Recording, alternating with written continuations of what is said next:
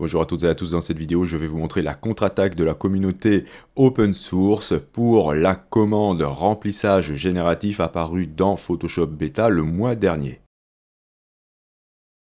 Il y a fort à parier que vous savez que dans la version bêta de Photoshop, vous pouvez maintenant utiliser une partie de Adobe Firefly et une nouvelle commande est apparue qui s'appelle remplissage génératif qui nous permet de faire du in-painting, du out-painting et ça marche extrêmement bien sur les photographies. Si vous n'êtes pas au courant, vous pouvez regarder cette vidéo que j'ai sortie dans ma chaîne principale. Vous pouvez par ailleurs utiliser Adobe Firefly en dehors de Photoshop Beta. Il suffit de vous rendre sur le site adobefirefly.com et bien sûr de disposer d'un compte Creative Cloud. D'où est-ce que je sors toutes ces informations? Je les ai trouvées sur cette page internet, bien sûr je vous mettrai le lien dans la description. Et c'est cet auteur-là qui nous explique ce qu'ils ont fait pour s'approcher de l'effet obtenu avec la commande donc générative fill que l'on trouve dans Adobe Firefly. Et dans cette vidéo, je vais utiliser Automatic 1111 avec bien sûr la mise à jour de ControlNet. Donc il faut tout de suite voir comment mettre à jour cette version. Donc quand vous êtes dans Automatic 1111, bien sûr vous allez vous rendre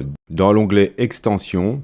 Vous allez ensuite cliquer sur Check for Updates, vérifier ensuite au niveau de ControlNet, si vous avez une mise à jour à faire, eh bien vous aurez cette petite encoche en bleu qui va s'afficher. Il faudra ensuite cliquer sur Apply on Restart UI et je vous conseille même de fermer tout et de tout relancer pour être sûr que ça fonctionne correctement. Ensuite, il faut être certain d'avoir le modèle correspondant qui est le modèle InPaint. Si vous avez déjà fait la mise à jour de ControlNet 1.1 et que vous avez téléchargé tous les modèles, eh bien vous allez trouver dans le dossier modèle, dans extension et ControlNet de votre Automatic 1111, vous devriez avoir inpaint.pth, voilà, qui date d'à peu près du mois d'avril 2023. Si vous ne l'avez pas, je vous mets le lien de cette page dans la description. Il suffira de cliquer sur Download pour récupérer ce fichier, voilà, qu'il faut absolument mettre dans le dossier que je vous ai indiqué tout à l'heure. Puisque ce modèle essaye de copier le fonctionnement de Generative Fill, et d'une, on n'aura pas besoin d'utiliser de prompt, et de deux, il faut rester dans Text to Image. Si vous souhaitez obtenir à peu près les mêmes résultats que moi, utilisez cette VAE.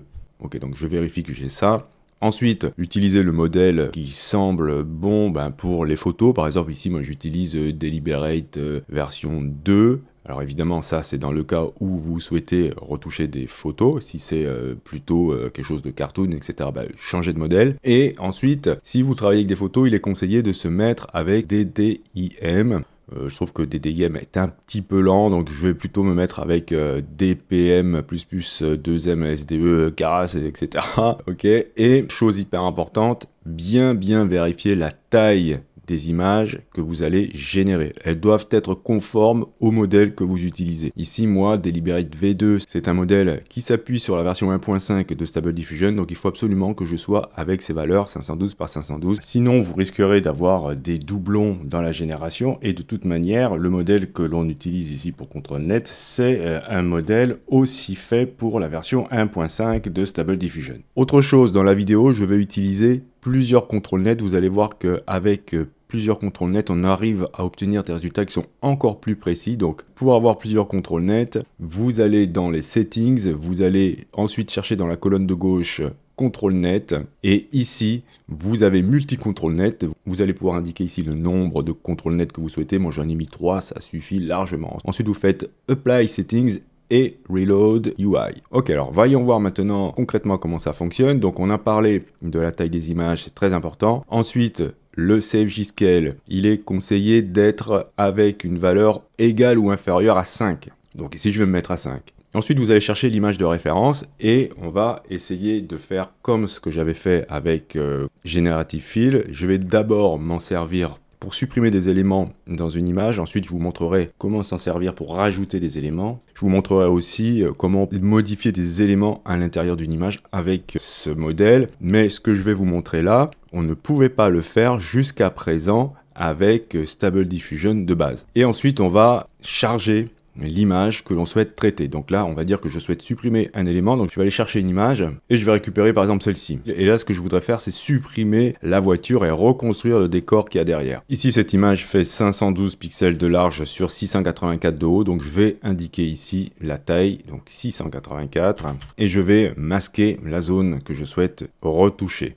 Donc là, je peux augmenter la taille de mon pinceau. Voilà, je vais masquer ça. Évidemment, il ne faut pas oublier d'aller chercher le modèle correspondant qui est ici InPaint. Et vous avez automatiquement le préprocesseur InPaint Only qui s'affiche. Si vous déroulez la liste, vous avez deux InPaint. J'avais traité déjà Global Harmonious dans une vidéo précédente. Je vous montrerai tout à l'heure la différence qu'il y a avec les deux préprocesseurs. Ensuite, ne pas oublier de l'activer, c'est très important. Bien, si vous lisez cette page, on vous conseille aussi, si vous voulez avoir un bon résultat et surtout se rapprocher de ce que fait Generative Fill, eh bien vous pouvez activer iRaise Fix, vous mettre ici avec un denoising aux alentours de 0,25 et choisir comme upscaler, en tout cas c'est ce qu'on nous propose, un RSRGAN 4 fois, ou un autre modèle, peu importe, mais l'important c'est, si vous voulez avoir quelque chose d'assez détaillé, c'est d'utiliser iRaise Fix. Bien, je ne vais pas le faire dans la vidéo pour que les calculs ne soient pas trop longs, donc je le désactive, je laisse donc tout ça par défaut, j'ai bien le CFG Scale à 5, etc. Vous devez aussi cocher Control Net is more important, Crop and Resize, et vous avez ici aussi à cocher Pixel Perfect. Je vais lancer 4 générations et j'ai laissé les steps à 20 pour que ça soit plus rapide pour la vidéo, mais dans la doc, ils sont à 50 avec un DDIM comme je vous disais tout à l'heure. Donc voyons voir ce que ça donne. Donc le but ici, c'est d'essayer de supprimer la voiture avec ce modèle et je n'ai absolument rien mis dans le prompt. Bien, alors voici les résultats. Ça c'est le premier. Second, pas mal. Même si là, c'était une fenêtre.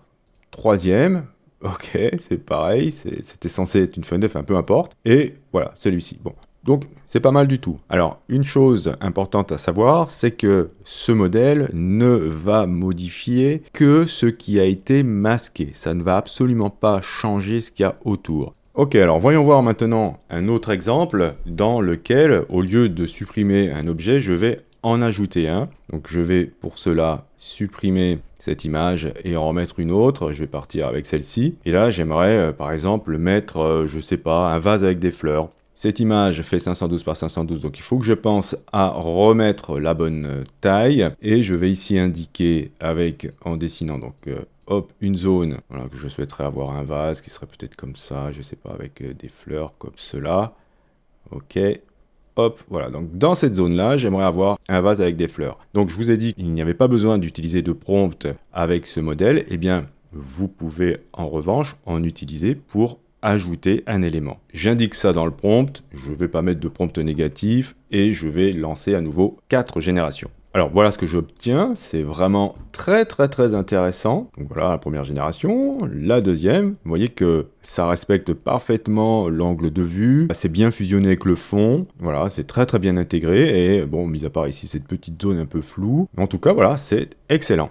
Ça marche très bien. Alors voyons voir maintenant comment on peut modifier un objet et pour cela je vais essayer de changer la couleur des cheveux d'une personne. Donc je vais partir avec cette image là qui a été générée dans Midjourney. Cette image fait 512 par 768 donc je rentre bien les bonnes valeurs. Je vais masquer la zone ici. Donc la forme de votre masque est hyper important. Ici je vais éviter de trop toucher les yeux parce que sinon ça risque de faire des modifications à ce niveau là et j'ai pas du tout envie que ça arrive. Donc je fais ça, ok, et je vais m'amuser à ne taper aucun prompt. Donc là je vais supprimer le prompt précédent et je vais laisser tout ça comme ça, donc ça c'est bon. Qu'est-ce qu'il me reste à faire? Bien vérifier que j'ai le poids ici à 1 et on va tenter le coup en ne mettant absolument rien et ensuite on essaiera d'ajouter un prompt pour changer la couleur. Voici ce que j'obtiens comme résultat. Donc j'ai des cheveux, souvent la même couleur, vous voyez là j'ai du blond, très sympa, mais globalement voilà, je vois pas trop l'intérêt de l'utiliser dans ce cas sans prompt. Alors, ce que je vais faire, c'est que je vais maintenant à nouveau indiquer un prompt. Je vais dire que c'est des cheveux blonds.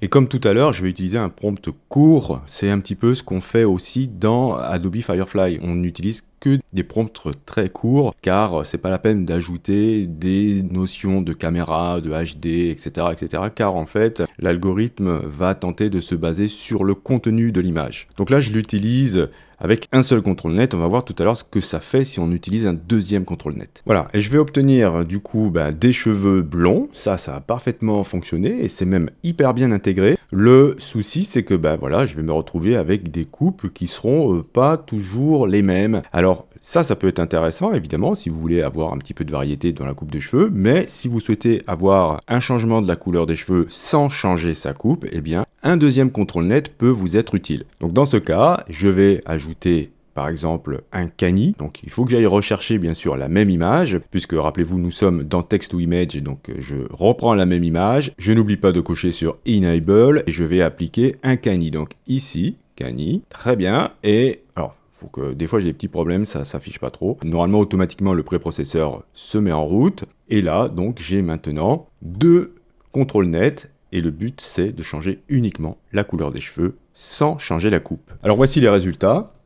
Donc ça c'est le premier. Second, vous voyez qu'au niveau de la coupe de cheveux, ça respecte parfaitement les limites de ce qu'on avait sur l'image d'origine, et le résultat est super bien du coup grâce à deux contrôles nets. Je vais vous montrer comment faire de l'outpainting avec cette technique. Pour cela, j'ai préparé un document dans Photoshop et je l'ai agrandi. En fait, j'ai agrandi l'image en laissant vide les parties que je souhaite remplir et j'en ai fait un PNG. Donc c'est un PNG avec de la transparence et ce que je souhaite remplir, c'est tout ce qui est vide. Donc c'est cette image-là que je vais utiliser. Je vais masquer les zones que je souhaite remplir. Donc tout ça, hop, hop, hop. Donc là, c'est pas évident. C'est un peu sombre sur sombre. J'ai du mal à voir, ok. Je fais bien attention de ne pas avoir de prompt, ici c'est pas nécessaire, et je vérifie bien sur la taille de mon image. Je vais désactiver le deuxième contrôle net, je n'en ai pas besoin dans ce cas, et on va voir ce que ça donne. Eh bien, j'obtiens des résultats fort sympathiques, vous voyez. Très très très sympa. Et ce que je vais faire maintenant, c'est doubler le poids.